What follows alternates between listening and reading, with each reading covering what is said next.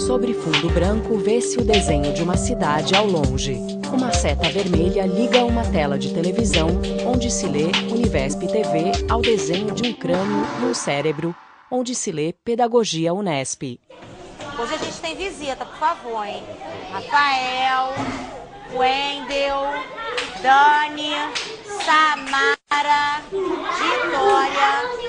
Alunos entram em uma sala de aula. Na tela, sobre uma folha de caderno, lê-se alfabetização, norma culta e oralidade.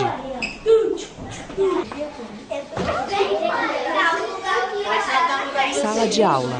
EM Guararapes Cândido, Rio de Janeiro. Quando aos 11 anos eu cheguei ao Rio de Janeiro e vim para a casa de um tio-avô, porque meu pai tinha falecido no Recife, eu estava em casa, não é? Tocaram a campainha e disseram tintureiro. Eu me assustei, porque na minha terra tintureiro é cargo de levar preso. Como meu tio era capitão, eu relacionei, não é, numa experiência de vida que eu trazia do Recife. Um dos trabalhos que naturalmente aparecem a sua necessidade de viver naquele novo ambiente é você conhecer a linguagem daquela nova situação. Nomes de objetos, determinadas tradições, etc. Eles tratam da mesma brincadeira. Escreva que brincadeira é essa. Que brincadeira é essa? Pular carniça. Pular carniça. Chama de pular sapo agora. Mas aí a gente tá falando da brincadeira como eles chamam. Eles não chamam de pular sapo, eles chamam de pular carniça. Toda comunidade tem suas regras ditadas por uma tradição. Todos nós aqui estamos, por exemplo, penteados, vestidos, calçados, de acordo com uma tradição. Essa tradição não precisa ser normatizada num texto. A pessoa nasce e a família introduz a pessoa nessa tradição. A língua é uma tradição. Eles entram em um verdadeiro túnel do tempo ao... Quando a gente fala do túnel do tempo, é voltar ao passado. Aí lembra que na segunda-feira a gente falou sobre as lembranças? O que é ter lembranças? É lembrar de coisas que aconteceram no passado. Exatamente. Em todas as línguas do mundo, só a metade é língua escrita. É língua falada por uma comunidade que atinge uma situação cultural a ponto de passar do estágio oral para o estágio escrito. Por isso é que os linguistas dizem que essa língua, aprendida no seio da família, é a chamada língua natural, que funciona naquele ambiente. Vamos lá? O meu cabelo Esperando. uma parte. O seu quê? Cabelo? Melhorou. A ascensão social obriga que haja uma seleção no uso da língua. E o conjunto dos fatos que constituem esta seleção, num ambiente mais nobre, num ambiente de cultura mais, vamos dizer, sofisticada, não é? Isso se chama norma. Então, a norma culta nada mais é do que uma etiqueta social. Quando você põe sobre essa língua natural exigências de uma etiqueta, você mascara essa língua natural. É como uma mulher que sai do banho com o seu rosto natural, mas quando vai à rua, ela se pinta, se produz de tal maneira que às vezes há uma diferença grande entre aquele rosto que saiu do banho natural, viçoso, não é? E aquela mulher que sai à rua pintada, totalmente decorada, não é? Para o seu convívio social. Quando o aluno chega à escola, ele chega com a mesma naturalidade da mulher que acabou de tomar banho e sai para se maquiar. Então vamos pensar numa frase que fale sobre brincadeiras de criança. Nessa tela tem brincadeiras perigosas. Sim. Antigamente, o professor recebia o aluno monolíngue, isto é, falando a língua de casa.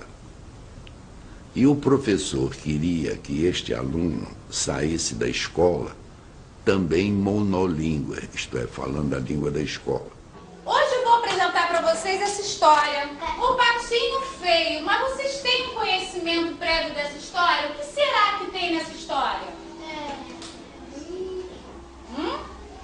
Hoje, o professor que tem uma visão linguística mais séria, mais bem dotada, transforma o aluno num poliglota dentro da sua própria língua.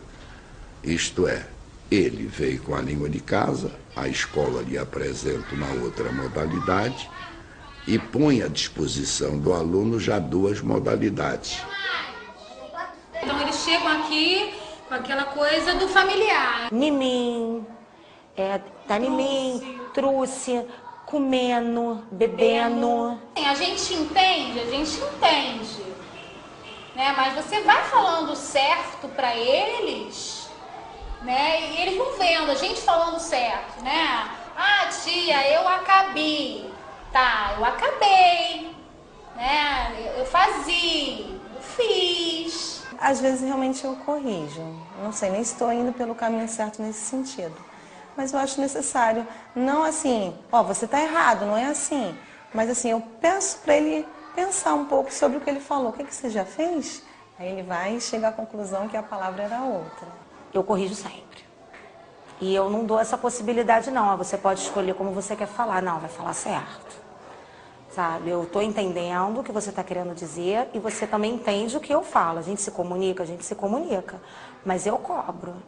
Né? Lá, por exemplo, no momento da, não sei se eu percebeu, tem uma hora que o James falou, cabelo. Eu, como?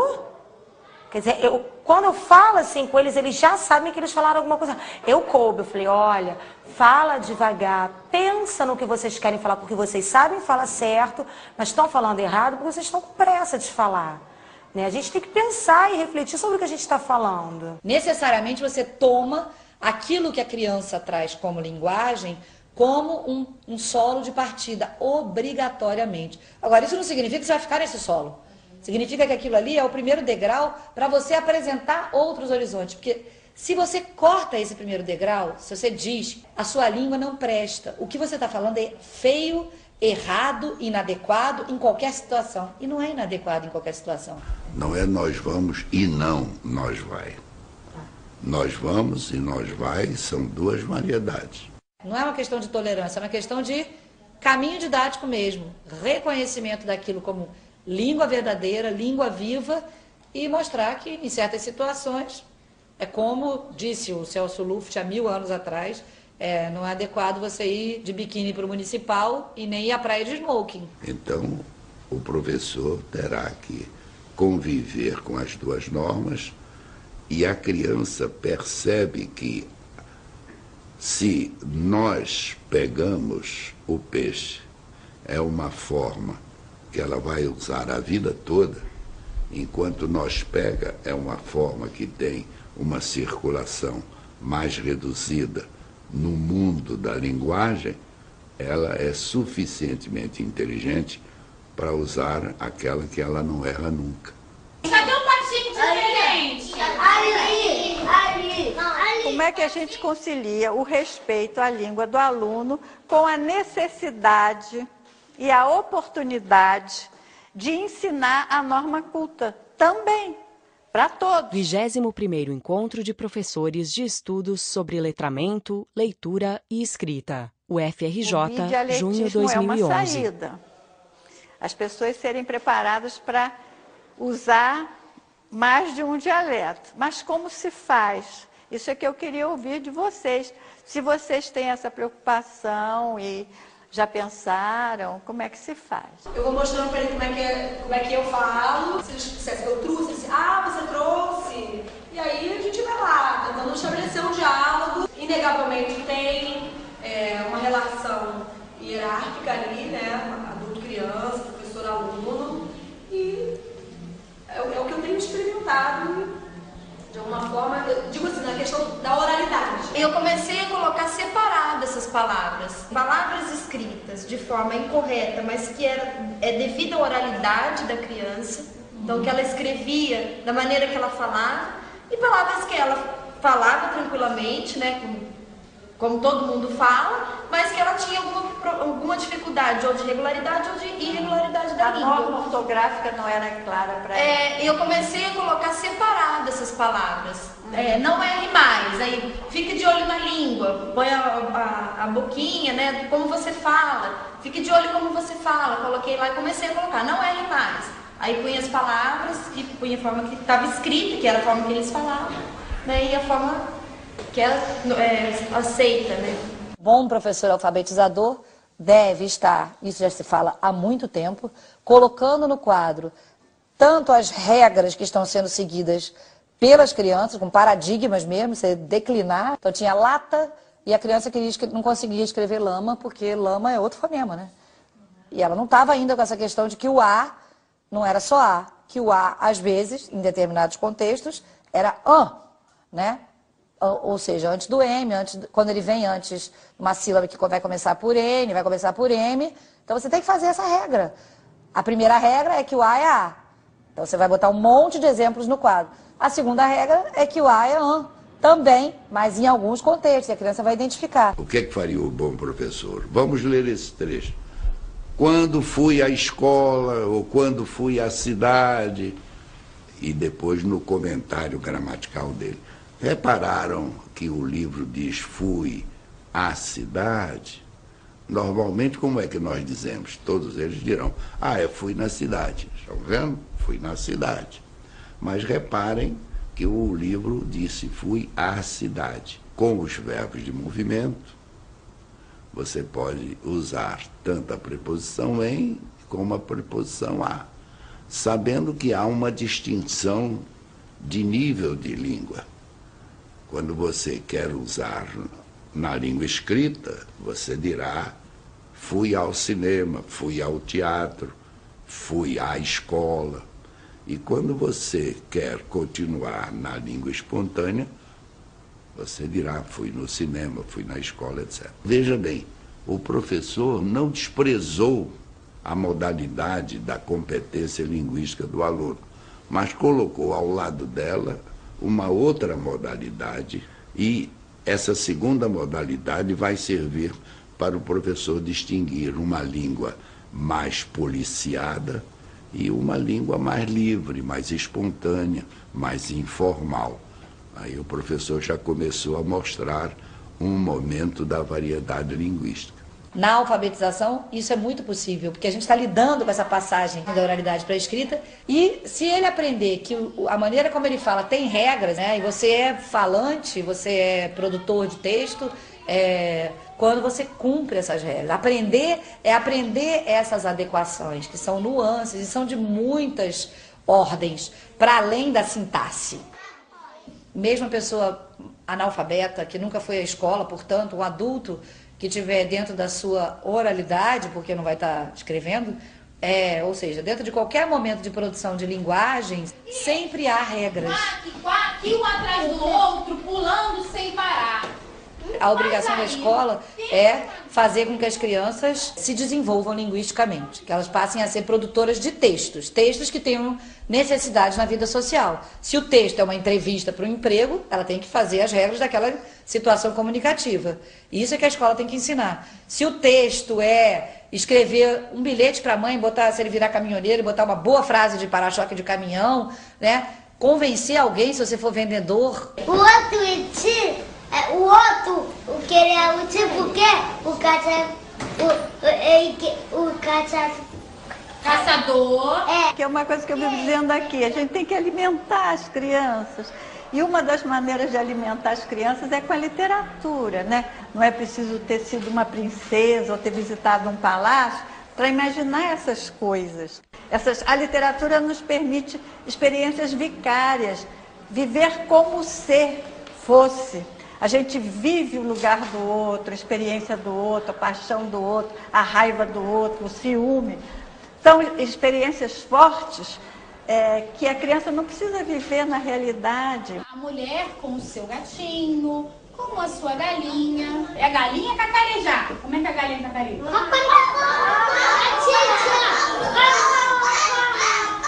Na escola da antiguidade, quando o aluno chegava aos 10 ou 11 anos, ele ia para a escola e recebia uma grade curricular chamada Trivium. Trivium, 3 disciplinas: gramática, retórica e lógica. Essas 3 disciplinas formam o fenômeno da linguagem, porque você não fala só com a língua, você fala com as regras elementares do pensar. Os 4 continentes são 3. Do ponto de vista gramatical, esta frase está perfeita. Os 4 continentes é o sujeito, são 3 é o predicado e 3 é o predicativo. Está completo. Só que falta a esta frase o que a lógica oferece: as regras elementares do pensar e o conhecimento do mundo. Teve uma vez que eu fiz um trabalho com a turma dela e teve uma criança que ela respondeu, foi uma produção de texto, o Cássio, que ele escreveu lá, não sei, o sol raiou, e eu entendi. E ele falou assim: tia, tá certo? Eu falei: tá. Não estava escrito corretamente. E aquilo para ele foi o máximo, né? Porque, nossa, eu consegui escrever. Eu entendi. Mas não gramaticalmente. Gramaticalmente tá errado, mas isso eu acho que aos poucos a gente vai corrigindo ele. A Tatiana pode pensar de uma forma, eu posso pensar de outra, assim como eu tenho colegas que, em momento algum, elas repreendem como os alunos falam. Eu tenho até um exemplo. Logo quando eu entrei no município, dei para eles um exercício, num teste, que era uma cruzadinha para eles colocarem escrito o que era usado para fertilizar o solo. E lá no espacinho tinha, né, para a criança escrever adubo. E a criança escreveu um palavrão, que coube direitinho nos 5. A criança foi lá e escreveu merda. Tia, meu pai disse que tasca merda de cavalo ali dentro. Então, errado não estava. Eu fiquei num impasse se eu aceitava ou se eu não aceitava, e eu acabei aceitando. Né? E aí E existe essa subjetividade mesmo do professor, assim, e agora, o que eu faço? Eu aceito ou eu não aceito? Aí eu fui pedir orientação para minha coordenadora. Ela falou para mim assim: você que sabe. A prática pedagógica, ela é cheia de surpresas, cheia de urgências. Você tem que... Primeiro, seu planejamento não dá certo. Ai, meu Deus, vou ter que falar de novo. Aí os alunos, naquele dia, não colou aquilo. Mas, de repente, um aluno traz uma coisa e você... então vou seguir esse caminho. Está pronto para essa mudança, para essa surpresa. Isso é que é ser um bom profissional. O professor bom, que tem sido provado por pesquisas, é o professor eclético. O professor que segue um método só está bastante cegado, porque ele está numa via única, né? Não tem possibilidades de improvisação. Os conteúdos, quaisquer que sejam, desembalados, teóricos, de pesquisa, têm que ser desembalados com muito cuidado. O professor tem que se apropriar desses conteúdos mais do que eu trazer. Se for qualquer conteúdo melhor do mundo, se eu trouxer e impuser, não vai dar certo.